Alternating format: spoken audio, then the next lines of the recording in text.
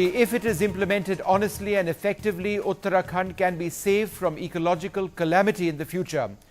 As this tragedy has shown us, unplanned construction and uncontrolled tourism contributed to the disaster in the state. But there are larger environmental issues. The mountains have limited carrying capacity. Lakhs of pilgrims in areas could spell disaster.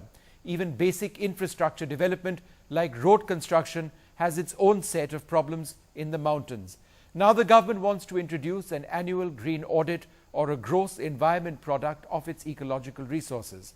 But the big question remains, if there is environmental damage, will the government be willing to limit economic development in the future?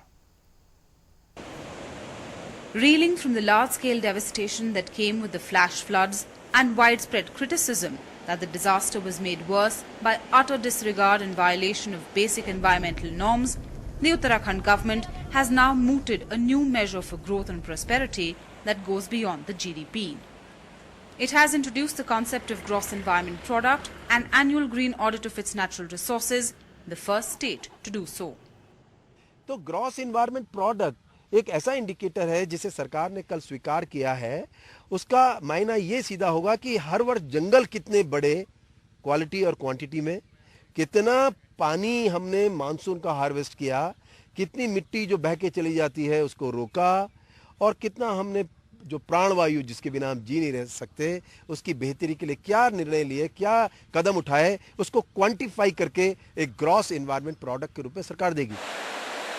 This move comes as environmentalists describe the disaster as natural, but the large-scale damage as man-made, caused by unbridled development at the expense of the state's natural resources. Though the move has been welcomed by environmentalists, the question arises that if the state government was to score low on the gross environment product, would it actually cancel projects which harm the ecology of the hill state, even if it means compromising on the state revenue? Just 2 months ago, Chief Minister Vijay Bahuguna met the Prime Minister to urge him to cancel an Environment Ministry notification of December 18, 2012. The Uttarakhand Assembly passed a resolution against it.